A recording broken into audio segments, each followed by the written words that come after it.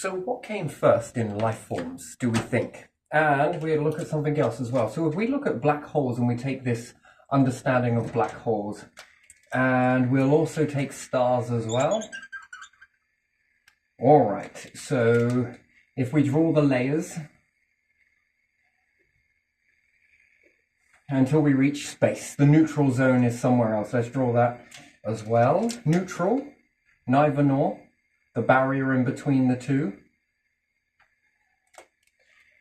And we will say black holes, the closer to the core you become, not all the way to the core, but closer to the core.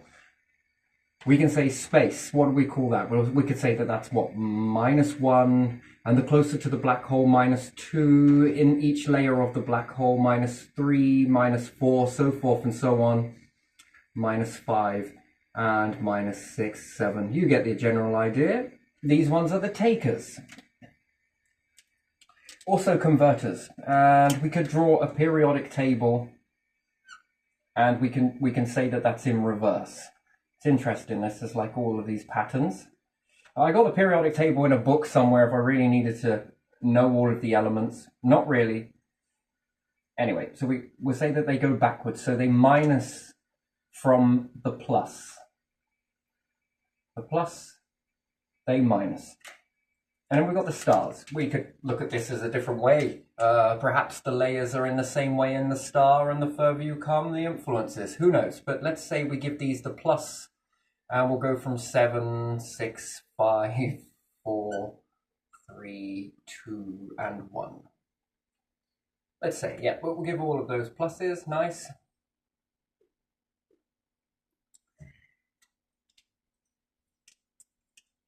And could we call this one the neutral ground between the two? And yes, this pluses, stars plus, but in a very different way, but still generate a periodic table. Interesting. A squeak. Either one. And these ones go from this way to this way. From the minus, they plus. And a neutral ground. Well, we could look at a planet and we could say that it's neutral, although it isn't. Not fully. But it allows these to stand. And we could also say a neutral ground. The black hole knows not to devour itself. Well, if that's entirely true, but still, we have a neutral ground, neither nor. To be able to create this neutrality would be a brilliant thing. So that it can exist in both and not be devoured, not be plussed and not be minused. That would be an interesting sort of situation. Now, when we look at this, we can look at this as patterns, right? These become patterns creating elements. These ones take elements and go back, let's say, to hydrogen. Hydrogen, and this one, well, standardized as far as we know, it could go further, is iron at the moment. Iron is at the moment the maxed out. Maybe there's more. Probably there is, and it will probably continue on a little bit more. Depends on our awareness. Now, intelligence is a really interesting thing. We are intelligent, but we are not intelligent. So many things to learn, right? So being able to create a black hole. Now that is intelligent. Again, we're on par with it. We can see it before it happens, and we can look at it and we can see the effects. And then to be able to create fusion. Fusion and let's say defusing. Fusing and defusing. That's interesting. So stars fundamentally are quite damn intelligent with that. And we would have to throw up our intelligence to the star that it teaches you this intelligence. And what's more, can we go further than the periodic table? Yes. It also begs the question of, can we go further backwards from, let's say, hydrogen? Can we go beyond hydrogen in the minus? Now that would be an interesting thing. And again, I say yes, it's very possible. It's just that it's tuned to this frequency, and it's tuned to this frequency, and by and large, it sort of tilts between these. Slight deviations, maybe. It goes back to hydrogen. Who knows? Doesn't really matter, either or. Back and forth, neutral ground. So the stars teach us this, black holes teach us this. Now, this is the interesting part. Life forms. Some of them give, and some of them support. Some of them take. And that's very interesting. Where do you stand in that? Which bit would you want to stand in for that? I think it would probably be in the neutral zone of being able to make those decisions as and when this sort of stuff comes into your awareness. It's an interesting thing. And we often look at whether, I was asking in our last video, when you stress food, does it taste better or worse? Well, it's an interesting thing. You might say that it tastes worse if you stress it. Disease is stress on a being. But again, I don't know about that. I'm not sure. Because look here, what about when you prune a apple tree to get better fruits, right? But technically, you're stressing the plant in order to what? Give you better fruits, give you more fruit, give you sweeter fruit, give you an abundance of fruit. But what you're really doing is pushing it back into growth. You're stagnating its growth. And when it wakes up, if we want to call it that, when it orientates from root production to leafy production, let's say, and it wakes up, it then springs back into life, and it tries to overcompensate. So does the food, nature, taste better when you prune it? Which is stress, which would create a fear response. If that was humanity, we would say that's fearful.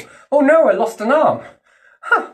Well, if I could grow back another arm, assuming that I was a bit more like nature, and you grow back an arm, is that stressful? Well, you're now down with one arm, perhaps. Anyway, overall, and what was the first thing on the planet? That's an interesting thing to think about. Why would you want to know that? Well, the steps into space. It helps you if we look, and we look at behavior. Some life forms on your own planet take, some give. It's interesting. Most people think that humans are not on the predatory food chain. We are, and we have been. Oryx. If we were around when dinosaurs were about, we were on the dinosaurs menu. We overlook it that when we're dead, we're also on everything's menu. It's a very sick and morbid thing to think about, but yep, flies, maggots, worms, all sorts, animals, we're on the menu. Perhaps when we're living, we're not so much on the menu to these things. But a non-moving human versus a moving human, perhaps you're not on the menu. But it doesn't mean that when you stop moving, and if they can seize an opportunity, they'll eat you. All right, now we could look at hippo, lions, alligator, snakes. Well, sure, they've got enough venom. Whether they can eat you or not is a different story entirely. But if they could, they would, most definitely. And what do we see with this? We're seeing that life supports life. Brutal as it is. What if all life disappeared off the planet? What would you eat? You die. Extinction. Life supports life. So as we're looking at ET, what kind of life forms are we? Whew. Life eats life. Now, how do you come to that?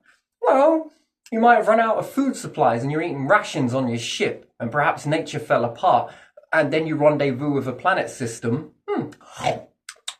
Or if you see me, life supports life. You need life in order to support life. It is the most baffling thing to think about, but it's training. It's training.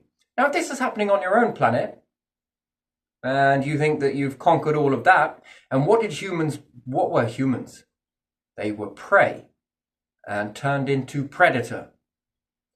Okay, you passed the first step, planet. Next step, solar system. Next step, multiple solar systems. Next step, other life forms. Now that is interesting. Very interesting. You fear what you don't know, right? You go walking into the woods at night, and in the morning you find the wreckage of humans sprawled about everywhere. If you don't know what took them, you might get fearful and not go into the woods. See it in the daytime, at least you know what you're fighting, as opposed to something invisible that you can't see and the mind runs away. It's interesting. So, life basically helps life live.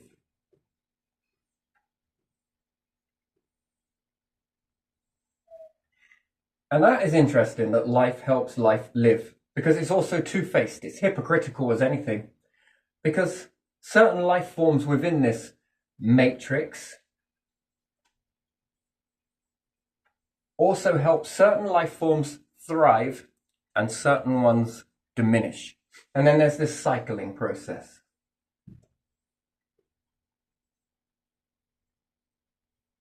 And we never look at food. We never look at food. Dinosaurs, anyone? Would you eat dinosaurs? And there again, we could look at E.T. as being bad or something, right? I'm going to give you a little story here. There's a planet out in space, let's say. Humans, by that point, have traveled in little spaceships. Who knows? Whee! Let's give them loads of these in their fleets. They happen across a planet that's got reps on it. Big ass dinosaurs everywhere, right? Will you eat them? That's a question. Interesting. Life supports life, right? Life helps life. Would you eat them? That's a question.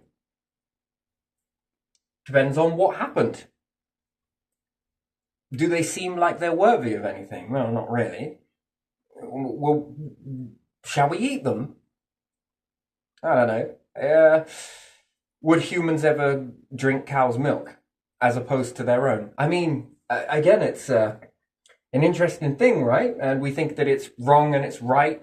We grow up into it and we think that it's right. It's never right nor wrong. It's just something that we do to survive, right?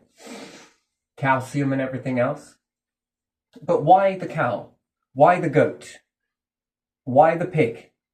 Why the beef? Why the lamb? And we could say that perhaps because winter, perhaps because of nature. And then can we fully sustain ourselves on nature alone without a bit of meat? And is it possible in a non-sterile world to eat leafy berries and everything else? You know as well as I do. You ever picked blackberries?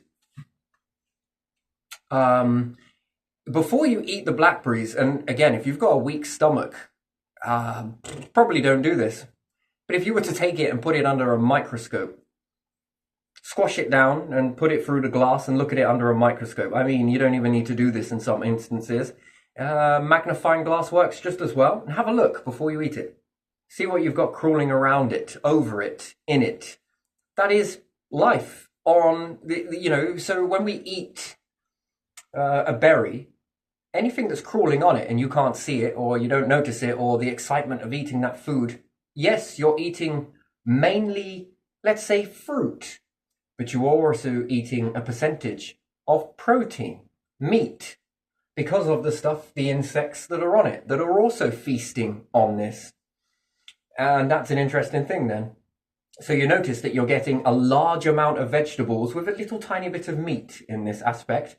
However, that seems like very small and very mediocre. But if you were eating blackberries for a continuous season, and maybe spitting out the seeds, who knows, grinding those down and making some sort of bread flour from it, whatever, it doesn't matter. You are going to be eating a lot of 1% over each berry, and this begins to add up with quite a proportion of protein. It's interesting, isn't it? Sure, majority of the flesh that you're eating is fruit, nature, but you're also eating larvae, maggot. Some of these have them. You don't know, you just shove it in the mouth. If you had eyes in your mouth, you would never eat, that's for fucking sure. And, yeah, that's an interesting thing, isn't it? It works the same for rabbits as well. They're not washing everything. They eat a few slugs, a few snails, doesn't matter. And then we understand that. Lions, perhaps, when they eat a gazelle, they will also eat the stomach content. Sounds brutal, but it's just the way it is. And in that, if the gazelle and whatever else has been forging on vegetation, for argument's sake, along with its vegetation / protein, with the insects that it's eaten and their droppings, again, you get a lot of nutrients from these. although in large quantities is not good for sure. We notice then that life helps life to live. It's not prejudice when it comes to eating you or eat it all.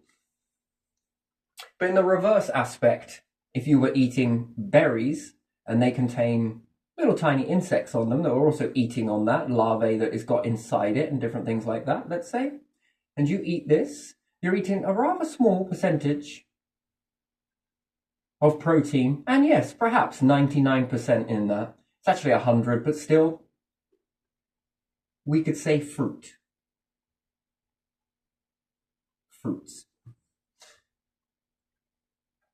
That's an interesting thing. Now we go to the gazelle, and the gazelle was eating on vegetation, and again, a percentage of protein. It's not 100% vegan, 99% veg. Then the lion eats this, and the lion will eat the stomach content. And now we've got a larger amount of meat. Lots of meat. And if the lion eats the stomach content, it's also eating vegetation at 1%. Isn't that interesting? The give and take ratio. Well, that's incredibly strange, but it also means that we do eat a lot of meat. We also eat droppings. Only in today's world where we clean everything, wash everything, we're often losing a lot of nutrients from the animal feces. There's actually quite a lot of vitamins, B minerals and B vitamins, I meant to say, inside these droppings, and also the bugs themselves. And then if you're eating the seed, our hunter-gatherer ancestors weren't removing all of this. Now, anyway, this is an interesting process, right? So perhaps this is going to keep it. So I like this because nature and animal in this aspect. If you've always got 1%, you can always convert this more in the summer months. But in the winter months, it allows you to eat both things for a period of time until things are more stable. Now, could you evolve to eat nothing but vegetables and stuff like that? The answer is yes. The answer is yes, but there again, why? Then animals, if you took them with you on a spacecraft somewhere, would become sentimental and be looked at more as pets. Perhaps you would no longer eat them. But now you happen across some reptiles on another planet somewhere. Nice, big, humongous dinosaurs. Would you eat them? That's a question I got. Would you lift them off the planet? Would you cook them from above, from space? There's no way you're going down, bringing it up and cooking one at a time. No. Probably wouldn't do that. You all of that technology behind you, you wouldn't use the planet and use a star system that was nearby to hit it here. Also, have a way of hitting it here, refracting it here, and cook the entirety of the planet with those dinies on there. Not everything will burn in that, sure. And then what happens once you've eaten these and taken them off the planet and you leave? What would happen to the life that remained there? Do you think it would go extinct, or do you think it would bounce back again? That's another question entirely. And then we look at something else. Now, for humans to excel, they need quite a lot of stuff. You need a lot of things. You need to be able to understand periodic tables in reverse and this. You need to be able to create a self-fulfilling prophecy in this. Why? Well, it's going to be interesting. Now, you might move planets. Some might choose to create their own version of planets. So what would go first? Perhaps vegetable and plants. Let's just say plants.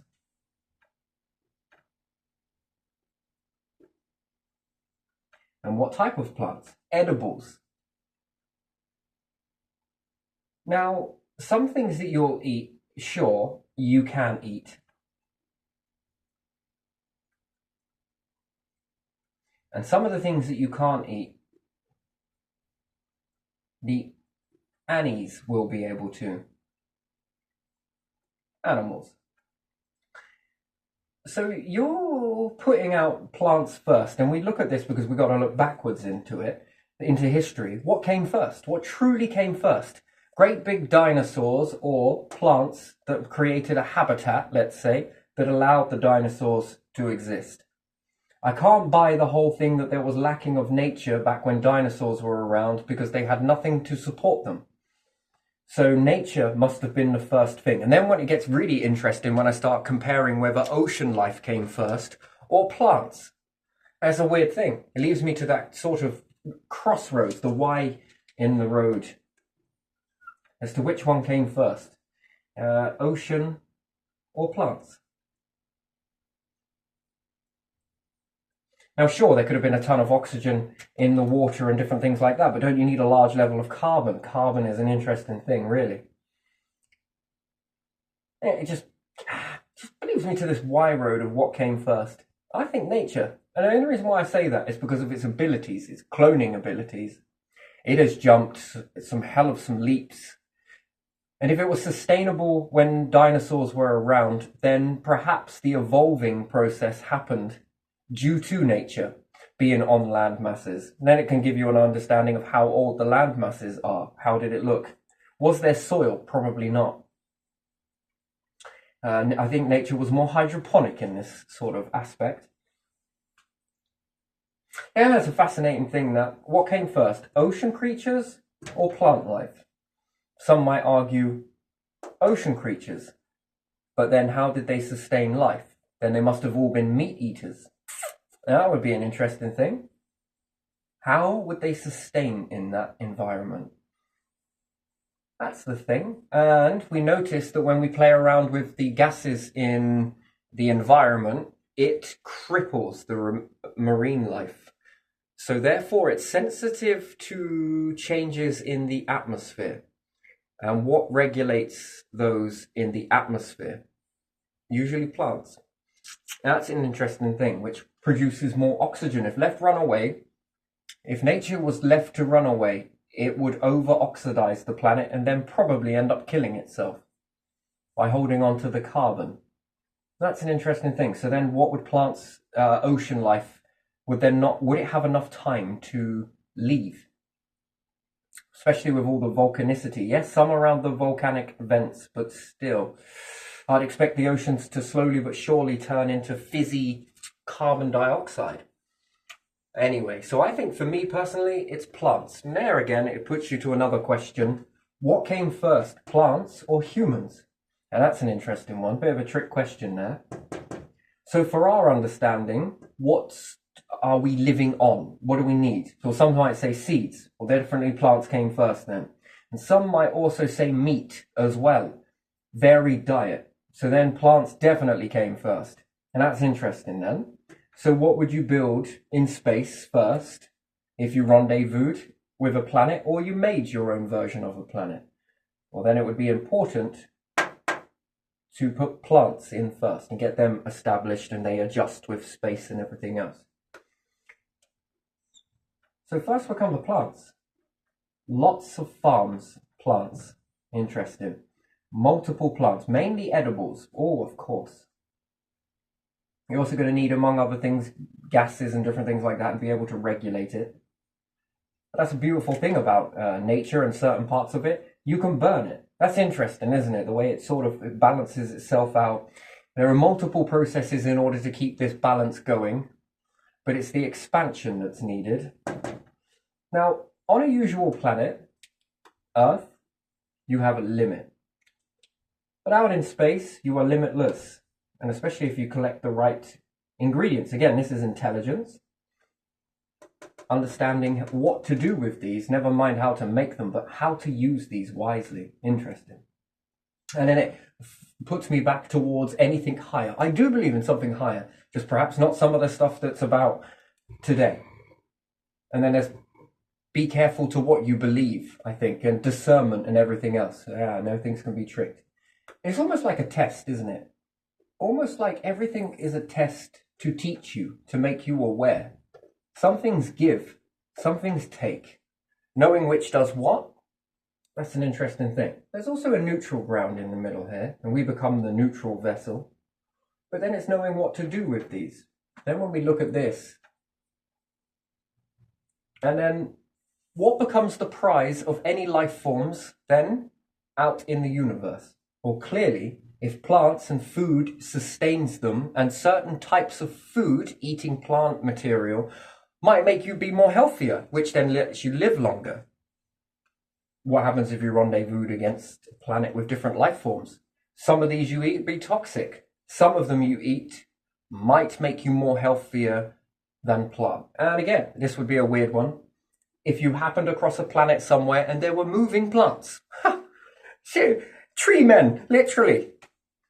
I mean, that's a weird thing, really, isn't it? And then what if they're based on part protein and part, basically, a walking roast dinner? Might as well call it that. Would you eat it?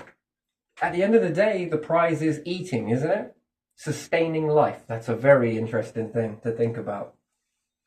And if you can't sustain life, and what allows your numbers to grow? Again, that's growth. The planet is limited to X amount of plants. And even with this limit of plants, nature, that means that you are limited as a species of how much you can grow. Never mind all of the mental stuff of being able to balance alongside each other. I think that it's best that we evolve to get on with each other and find common ground and a common direction that we're all to walk in. And which is that? Well, clearly it isn't the cesspit, and apparently it seems to be this way of abundance, resources and everything else, because there's no way. This is an interesting thing. If I ask someone from every day that I've ever walked among, would you like a life like that? Every single one of them says yes. But I go to the elite and I say, would you like to live in this? And they all say no. Isn't that fascinating? That is fascinating. Without ever doing a test. We've never done a test. Maybe we should do some consensus on this to find out what is the true way of living for everybody. And how do you achieve that type of a lifestyle with every single vessel there? Well, it's a funny trick question again. It's a little bit too late, but still, it can still happen. But it means that you've got more of a work to cut out. You grow with it. You expand with it. But that requires abundance, resources, and everyone gets a fair piece. And you grow. But everybody has to make that agreement to do that. That's an interesting thing there, isn't it? And we talk about this hardship is what develops people. If only there was a clone. If only there was a clone. If you could clone people, and again, I'd ask this, and we take two of our clones and we subject one of the clones to hate, hardship, and everything else, and we have another clone that's neutral, and we have another one that is plussed. So this one is given everything resources. This one has everything taken, this clone, and this clone is in the neutral zone of plus and minus. Which one? Because at the end of this, you then get an answer, and then when you get the answer, paradigm shift. Is it really about hardship that creates the vessel? And it's unfair to say that. Is it about the ones that have everything? Well, that's unfair to say that because we can't test it just yet. And then what about one that walks in the neutral ground? In this neutrality. Now, which clone do you think, if it was the same person and we subject it to different forces, then we could answer that question that this is the way to be and make hardship which develops the soul. And then we could say that the plus is what destroys the soul, comfort. But what about neutral? We often forget the middle ground. What happens if they're subject to this back and forth? And they're ready for it, and life becomes this back and forth. Again, you can't do it without cloning, and perhaps once cloned, and we subject one clone to this type of environment, one clone to this type of environment, they don't know they're clones, and one to the neutral. And then we assess the outcome at the end of the life, which one is more optimal in that circumstance. Because I'm willing to bet it's the neutral, not this and not this. I think leaning too far into this and leaning too far into this is equally detrimental when we look across the board. But I think somewhere in the middle there's a frequency to be had. Becoming more aware of when you want to dive into this and how far you want to go, that then pushes back out, because we notice this with spring, summer. Yes, there is a suppression, but then there is also this let go. Then there is this suppression and there is this let go. Yes, we see this with the patterns of spring, push down from winter, push down, which loads the spring, and then it springs open, and then there's abundance. I like to call it abundance. And then there's harvest from the abundance. Which one do you think you would need to be in that? Well, you would need to be in the neutral zone of both of these forces, wouldn't you? But knowing how much of which one to press down and which one to release up and which one creates the best abundance all relies on this key word called balance. I think that stares obvious. So my prediction then is with these clones in the future is the neutral ground and a wax and wane in between the two. I think that will produce the most optimal humans that you can ever imagine. And I think that this produces the best outcome, the best abundance for the individual and everybody in that unit. Leaning too far into one and becoming stagnant, that's an issue. Stagnating in this and stagnating in this. This causes very bad mental health, and likewise, this also causes mental health. This one isolates, this one also isolates. You know, that's one thing that elites and people that have been pushed through the shit have in common. You are so isolated, and two, who do you trust? Who do you trust? Everyone an enemy? Interesting. Very interesting. But what about a frequency between the two? And never stagnating, never staying still. Doosh, doosh, doosh, doosh, doosh, doosh, doosh, doosh, doosh, doosh. It's like the rhythm, isn't it? Bit like this and this. We understand what happens when there's an ice age and what happens when there's a hot age. Things don't go very well, do they? You start to reach extinction. Why? Well, the ice forms, nature begins to shut down, animals diminish, life forms begin to die. That's in one side of it. Now we go the other side. We'll have a hot age, shall we? Fully into the hot age. You start to drought, nature begins to diminish. Wow, same pattern again. Then with nature diminishing, well, perhaps animals start to diminish. Now we reach extinction. Again, a whole sorting process. The ones that bounce in between, where they have a nice cold winter followed by a nice hot summer. Nice cold winter, nice hot summer. Nice cold winter, nice hot summer. Which one produces the best? And again, when we look at the cycle of the universe, which one do you think is best? The push down in the winter or the abundance of summer? Well, if we have the abundance of summer and stars keep going and there is no black holes to create the winter mode, what do you think would happen? Well, scientists would call that the Big Rip. Everything would fall apart. It would then begin to exhaust itself, and then that's it. Nothing else comes together. It'll all manifest into hard hunks of iron, and then maybe more so beyond the periodic table, and the whole thing shuts down. No life.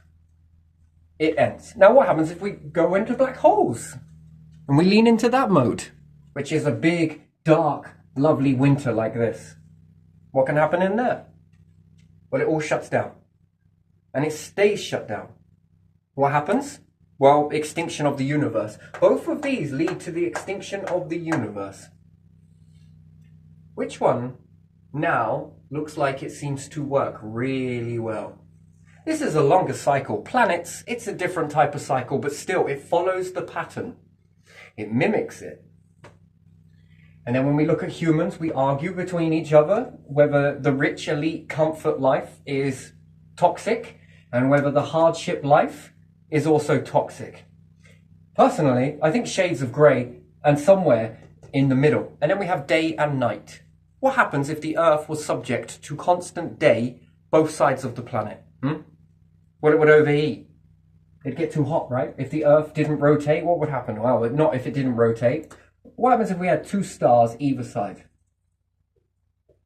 Energy from the star hitting the planet at both ends, and it covers up to the equator no matter which one's leaning where. It'll always be pointing a little bit more, a little bit less. What do you think would happen on the planet? I think the water would be a problem. I think there'll be a lot of problems. Heat would be a factor. Be good for reptiles to a degree, and then it gets too hot. Could you evolve in that? Probably not. I think we're going to find life in tepid regions of this wax and wane, wax and wane, wax and wane. And somewhere we need to be in the middle of this. Sure, winter's great, wonderful. So is summer. It's also great. They're both nostalgic for opposite ends of the reason, really. somewhere in between that ratio. Yeah, it's interesting. It's an optimal operating system, really, isn't it? Now, we take humans out of this particular predicament of planet bouncing from one to the other. Now, that's interesting. That's a very interesting thing. But what about our behavior? We would then probably lean too much into luxury, and we might let our guard down. We might get complacent in that. Plus, with this no longer balancing, but no, humans would then be aware, intelligent enough to be able to bounce from one to the other. If you're surrounded in heat all of the time, and then, yeah, heat's good if you're not moving around a lot, but then you start moving, and then it's like, whew, it's too hot. Oh, if only I could change the module into a cold. Oh, just did. Okay, and then maybe you're moving around a lot, and you're like, yeah, this is good. I'm now hot in the cold environment. Wonderful. Moving all of this stuff, sorting out. And then you're going to sit down in the chair. Boom! Oh my days, it's really cold in here. If only I had a ding. We're balancing from one to the other, even in that environment. So we see that one works really well and one works the other. Stay too long in this one and it leads to death. Stay too long in this one and you will also freeze to death. But somewhere bouncing between the two, but always making it to the neutral ground, taking a fresh air. Somewhere, get centered. Okay, off we go. Okay, gonna do this. Okay, I'm gonna get centered. All right, I'm now starting to cool off a little bit too much. Okay, put the heating on. Okay. All right, now that's a little bit too much. Turn that off. Neutral. Let's get centered. Being central is good. Yes, don't get me wrong. But I think bouncing from one to the other. Planet hopping, star hopping, whatever you want to call it. Lovely. Yeah, it's an interesting thing. So my opinion on that would be you would only be able to tell this if you had a clone. And the one that was subject this way, I think it makes a nice frequency. A bit like a heartbeat. Doo-doosh. If the heart pushed and didn't pull, I think humans would not live very long. And I think if it pulled and didn't push, I don't think you would live very long. But somewhere in the boom, boom, the beat, then the stop, the beat, then the stop. And even our breathing is like this as well, isn't it? There are pauses in between our breathing. That's interesting. When we take a breath in and we sort of hold it for a bit, and then we sort of let it out. Even talking does this. And then we let it out, and we sort of hold it for a bit. And then we sort of breathe in again. That's interesting, isn't it? That's very interesting rhythm from one to the other. Heartbeat from the one to the other. The brain is awake in the day and then we have to rest. We're bouncing from one force to another. And then we want to argue about which way is the best. Hardship creates the best being. I disagree. For too long, being stuck in that too long is toxic. And the same way being stuck in this softy environment is also too toxic. For the same reasons, funnily enough. But we look at our body, we look at all of the way our body operates, the blood, the way it flows, the both of them. We have red blood, blue blood. That's interesting. Two, and we're always in this neutral of this movement. And as soon as it stops moving, all of the interior mechanisms, that is called death. Again, get stuck in this. It also is death of what? The spirit? Interesting. And we go this way. And again, death. When we bounce back and forth and we keep in that rhythm, I think we see success. I think we do. Honestly, I do. I really do. I'm a great believer in bouncing from one to the other. Interesting. In more ways than one. Anyway. So yes, we're going to be taking nature out of this rhythm. And again, life form stress testing. Too much stress, not good. For long periods of time, too much stress, long periods of time, not good. And also, again, the universe is taking on this role as well. Oh, too much of a good thing is bad, and too much of a bad thing is also bad. That's interesting. But just the right amount, at the right ratio, with the right sort of mechanism. Aha. Now we've got a harmonious system. And the humans operate on this, and the planets, and the animals, and the plants. Wow, it's interesting. And the whole of the universe, the stars, the black holes. Whew. Wonderful. Now, to be out of that position, and we were to take plants, and put lots of nature in modules somewhere, what we're going to end up doing is we're going to be increasing the limit of what we can grow into. So yeah, sure, the Earth might be able to cope with 9 billion. Actually, I think it's around 22, 40, 80. I think we could get comfortably around 80 billion humans on the planet. I really do think that that is a realistic number. Let's say the threshold, squeezing it all out and capabilities all go on the planet. I think that mixed in with a bit of tech, it should be able to move us a little bit more than that.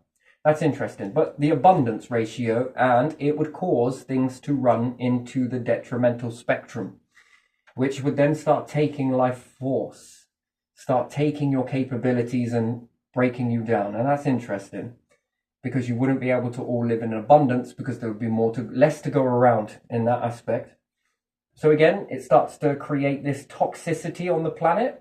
While living on a planet, the numbers are limited, it feels suppressed, it feels this, and it begins to push down on the spring. You're in a winter mode now, and then when it releases, out into the universe you go and grow as a response to it. That's interesting.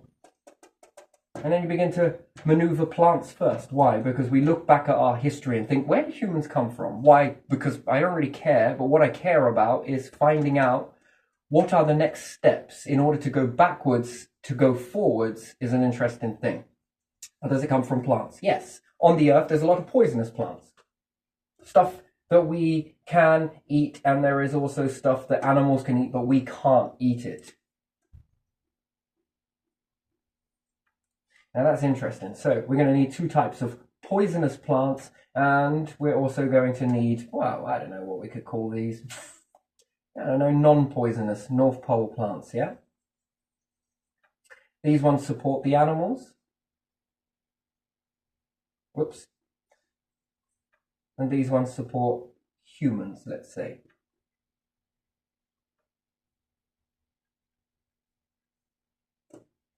And the more these grow, and again, it's selfless because you have to expand the animals. You don't actually have to. Do what you want. We also have to expand these, which then by rights comes back and it's a ripple to expand these, which then needs you to expand these.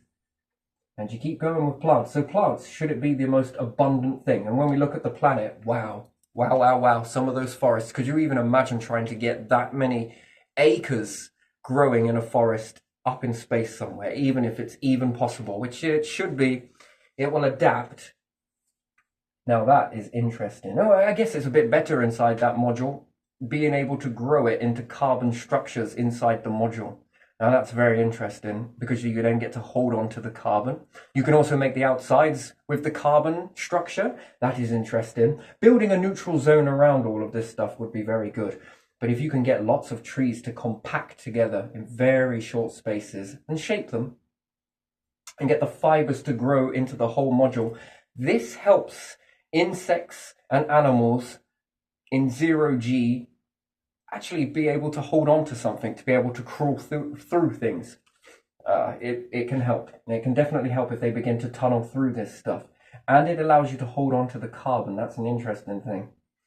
And also humans can shape this, carve it, make stuff with it. Whatever doesn't get used can go in to be burnt for carbon for the next growth of plants. I mean, it's a wonderful process, really. The more carbon you have, the more transformation. But still, and this is going to rely on a lot of stuff. But think about how big your numbers could be. If on the Earth it pushes the limits at 80 billion, what is it in space? And you mix in technology and human intelligence. Well, that will definitely, what, could you double that?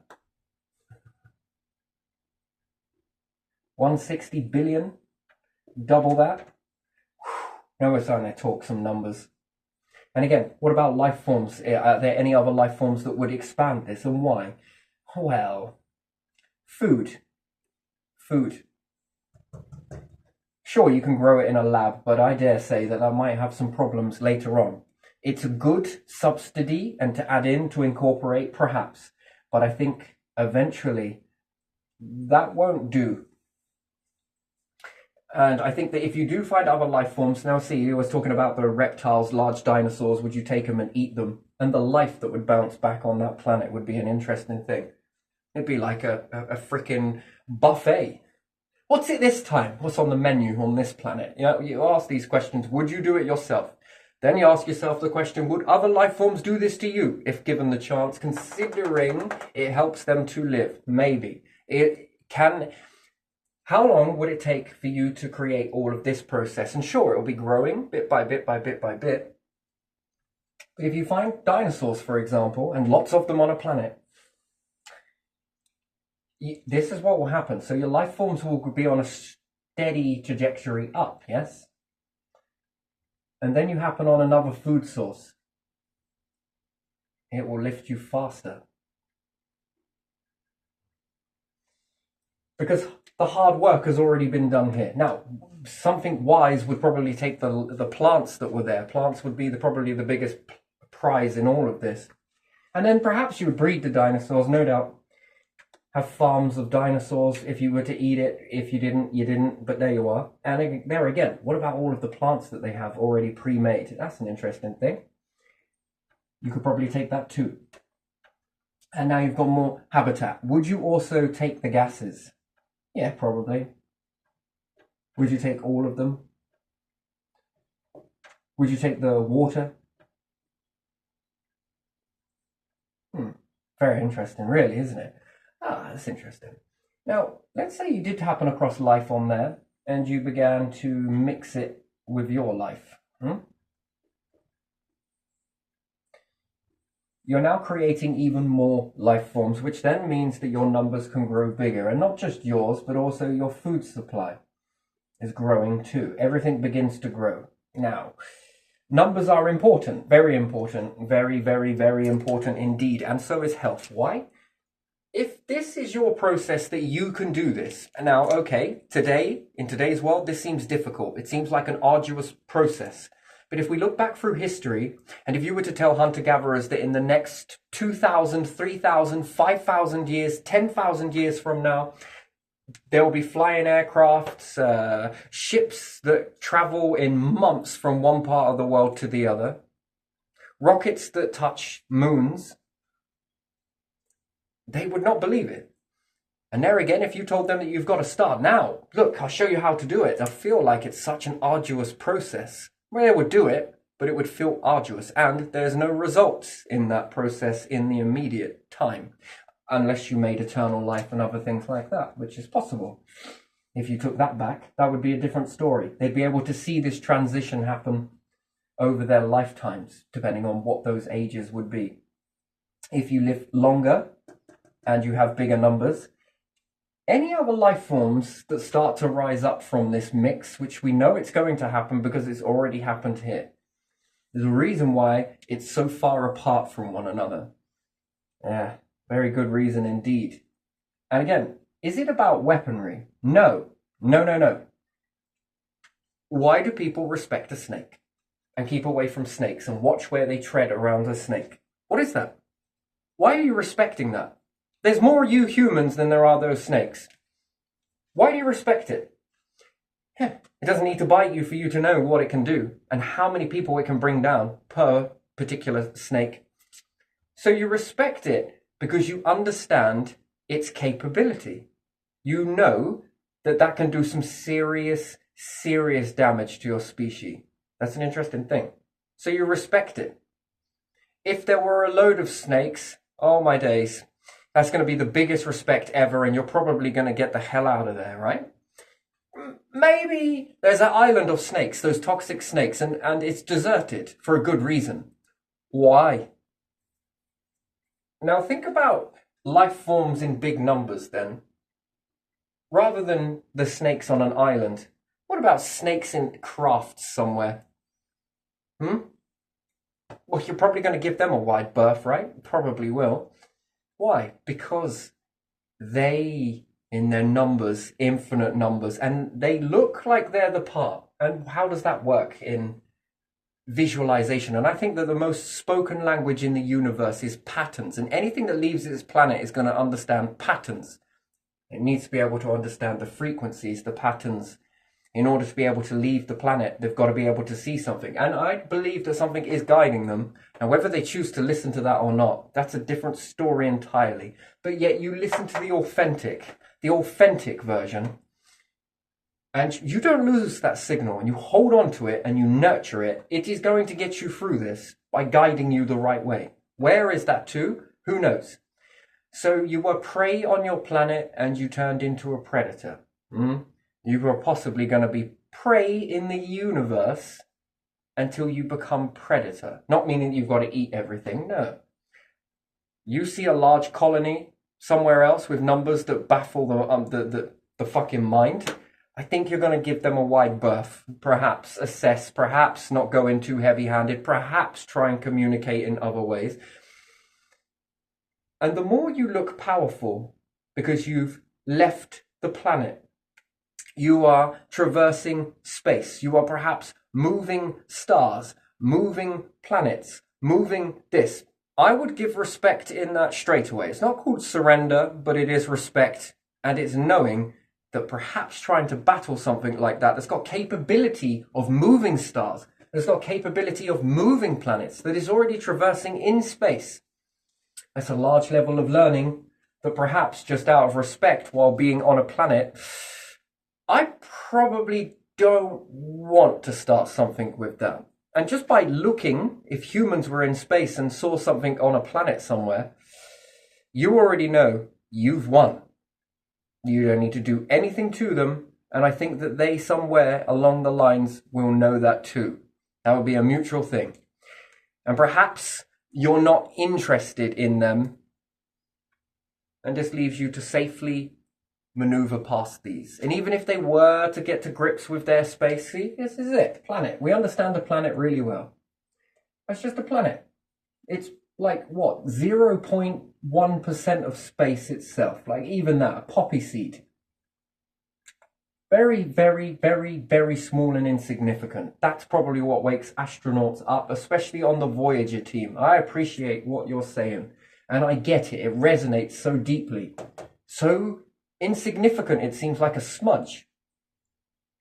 Anything that wants to traverse space, space is big. Space asks you a question. You can't expand into your planet without being limited, but here you can expand into me. Your numbers could, well, think about that. Then we look at the planets, okay? We go to a moon, it's impressive, all of these things are. But then we look at the solar system. Okay? Navigating around a planet is probably very easy to do so. What about your solar system? And then there's lots to learn, right? Lots of trial and error to learn here. Any life forms that then began to traverse around their particular planet system, depending on how far forward you are. Again, the numbers are impressive, but not impressive enough, because the time to learn all of that, plus the expansion of the numbers in itself is a threat. It is not about the numbers. It's about being able to be multiple places at once. Again, that's another thing. So on a planet, you're stuck in a particular area, this particular zone and no more. You are in these zones here. That is very easy to get. Now, what happens if you're that same volume, if not more, but in multiple parts of your star system? From a distance to any other life forms that might want to take, that is a problem. Because you are everywhere, and you are also nowhere. This saying means that you can maneuver smaller objects very quickly. And then if they don't know what you've got, perhaps and hopefully you'll never have to have a Star Wars battle, because I don't think it's all about taking. I think some of them follow this same code. Discernment between one another, discernment between life forms to life forms. And yes, if it works, it's powerfully beautiful. Hopefully space is what changes your mind the more you go, and numbers become precious, and you would want to expand these numbers. If there are two lots that are equally matched in numbers, if you merge with one another, your numbers quadruple, your capabilities quadruple. So do the risks, but yet it depends on what they have. I would judge life forms to the animals that they take, how they treat one another, how their species are healthy. If all of these things start ticking boxes, I'm ready to rub shoulders with these. Why? Because it's integral. how they treat their own, sacredness, their whole of this stuff that's been given by this is a reflection. And I wonder if that's the key thing here, how they treat their own. That from a distance can be seen. That can be seen. And that would then make you think, they seem really friendly. It's not enough to let your guard down, but it is a shite sight more than if you just see them on their own. No nature. They grow their own meat. There's only a small amount of them. Yeah, I wouldn't want that, to be honest. Would you? Would you go and rub shoulders with those? No, because they're selfish. You can tell that from a distance. How do I judge that from a distance? Why do they not have anything else with them? Why are they the only species? How come they're pretty advanced, but there is nothing else with them? How come there isn't difference? I would look at it if I saw E.T. with multiple different species around them. I would relax a little bit more because they have multiple species, multiple, let's say, plants, multiple, I don't know, whatever you want to call it, life forms, animals, whatever may have rose up, dinosaurs. And then how they treat each other, and how do they treat their animals, and how do they treat their plants? How do they treat their sacred gifts? How do they treat each other? And this gives me a baseline to work with. Are these good? I feel like I could fit into a group like that. Do you? And what about if you go to a group that's nationalist then in this group? They're just about them. Just them. Just them.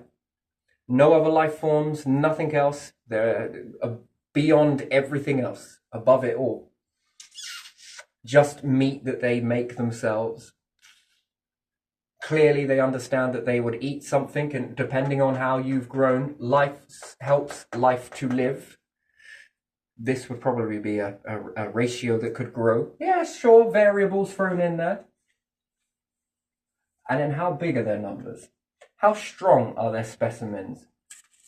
Is it equal? Are they hermaphrodites? That's one question. Secondly is it a mix of hermaphrodites and male and female? That's another question. Are they all clopped together? Is there anything beyond hermaphrodite and beyond male and female? Is there anything beyond that? Now that is interesting too. Because if there is, and they're all together, that shows a lot of mentalness to be able to get past. And perhaps this whole I'm better than you type of, they've had to evolve with that. It all becomes sacred. And how they treat their own life forms will be how they treat other life forms. That's a guarantee thing for me. Yeah, I would look at that. These ones will go further and farther, I think, to me. They'll definitely reach here. The other ones that are a bit more selfish, I think they drop off. As you follow this, whatever that force may be for you, evolution and so forth and so on, and it's got to be authentic, and that is going to be tricky. Because I think that if anything else follows this, they might try and manipulate it in order for power, corruption, whatever it may be. We've seen all of this play out, accidentally or on purpose, inherited or not. You know, ask those deep questions. They're horrible questions to ask yourself, but sometimes we got to, ain't we? We got to question it rather than accept it at face value. And I think that helps us evolve. That helps us evolve into better than we were, better than we got it, better than we can leave it. And that teaches a lesson going forward. Question this shit, because we don't know. Question it. We need you to question it. Why? Because it helps to refine it. We've been doing that since we were born, haven't we? Questioning when we were a kid. Did I learn from that? Did I learn from that? Should I have learned from that? If I'm still doing, maybe I should. If we don't question it, we will just keep doing it, and then that becomes accepted, doesn't it? Part of your behavior. But if we question it, we have a choice to refine it, and we can become better in some aspects, and we can also become worse. Let's not be too obtuse about that. Yeah, that's how I would look at life forms. And then their ability to share, maybe. It starts off small. Because what do you have to gain if a lot of life forms come together? Multiple different thinking formats, which again, if there are a lot of life forms that come together, in the sea of it, then their capabilities are going to be massive, and they've had to settle their own differences as one, although perhaps not like one. They don't all have to sing Kumbaya together, no. But being able to accept one another, to be able to group with one another, and then be able to accept something else, that shows a large level of trust. And then another life form comes in on that. Again, there's going to be differences between each of these and each of these and each of these. And it's going to affect some of their core values and belief systems. And it's also going to push back on the others. But also with that, if they can accept that, it can also forge a new version of that. And again, the thought process. Some have fought off in this direction, some have gone in that direction, some have plummeted down this direction. All of their capabilities versus their capabilities and their special talents and these special talents. And then collectively, per species to species, each one's different talents all come together. I mean, that is going to be some hell of some power, hell of some belief system. I'd rather be with that. I'd rather be collected in that. Oh yeah, that could suck me up and swoop me away, that could. Oh, I wouldn't mind being a part of that. As opposed to, I don't know, sort of in this sort of one species type thing, I don't know. Shades of grey. Yeah. I think that's a sort of steady journey of life, really. I think that we're being guided, but we're also being taught to be realistic. That there are some things in the universe that take, and there are some things that give. And also, we can take, but we can also give. That's an interesting thing. Being able to harness these. That's interesting. That would be a good thing to harness. And frequency. Bounce in between and not getting complacent. Because the universe is going to change. Yeah, so I often look at this. I often sit down and think about this. What type of an existence do you want? It's interesting. Very, very interesting. And what is the ratio? Because, I mean, if you could imagine 80 billion humans or 160 billion humans, how many orders? How many belief systems? How much of this? How much knowledge? How much creativity? Oh my days. If it's worse, we often look at that. It can get bad. But still, to be able to sort through all of that and find that balance. There's more minds to process through. And again, that would make me ask another question. How many humans does it take before it starts repeating? That's an interesting question. Hang on a minute. You look awfully similar to the other person over there. Actually, you think exactly, you look the same. I think by that time, you reach a threshold. I don't think it continues in the same process. That would be a weird thing. You start having twins from other family members. Now, that would blow your paradigm, wouldn't it? When you reach a certain number, what happens if you start noticing identicals start to emerge? Completely different family bloodlines, but these look like twins. Whew, that will blow your mind. But I think when you reach that stage, now that's another stage. So we could say male and female. We could say hermaphrodite, male, female, female, male. And these are capable of having twins together. But what about across the whole species?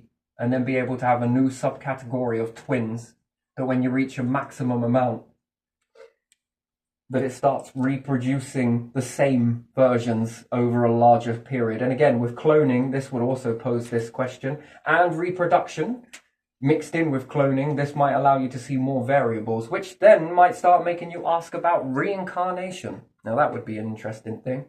And how do we not know that that isn't embedded in all of us?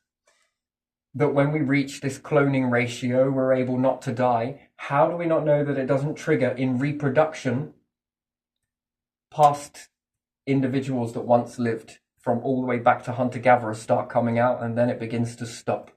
And there again, without an absolute massive catalogue of all of this stuff, how would you ever know? Well, you would judge it on the ones that were from this time when you started taking pictures, and the ones that started coming now. My word, your personality is just like these. And then you could use AI in this, couldn't you? We're going to give you a test. You look like Charles, me old boy. We're going to give you the Charlie boy test. Put on this headset. Answer these questions. And on the database, this one that lived here would have answered these questions like this. You have answered these word fucking perfect. Hey, I think you're this person. Actually, I fucking know it. You look it, you sound it, you talk it, and you also seem to act it. Interesting. Do you feel like you do? Yeah. I actually kept thinking about this, and this. What sort of memories did you have, my old son? I had some of these. I built this, and this. You swear you haven't looked at this stuff? No, I haven't. A piece of a fucking pod, my son. Again, this is a weird thing, isn't it? Twins from the past. Again, could that be the next version? Again, it poses the question to ask these questions. And again, you may never reach it from a planet. You may never reach it from a solar system, but you start getting universal and keep on growing and expanding. And perhaps that may actually start to manifest. And that could be the next thing. And perhaps evolution is probably like finally.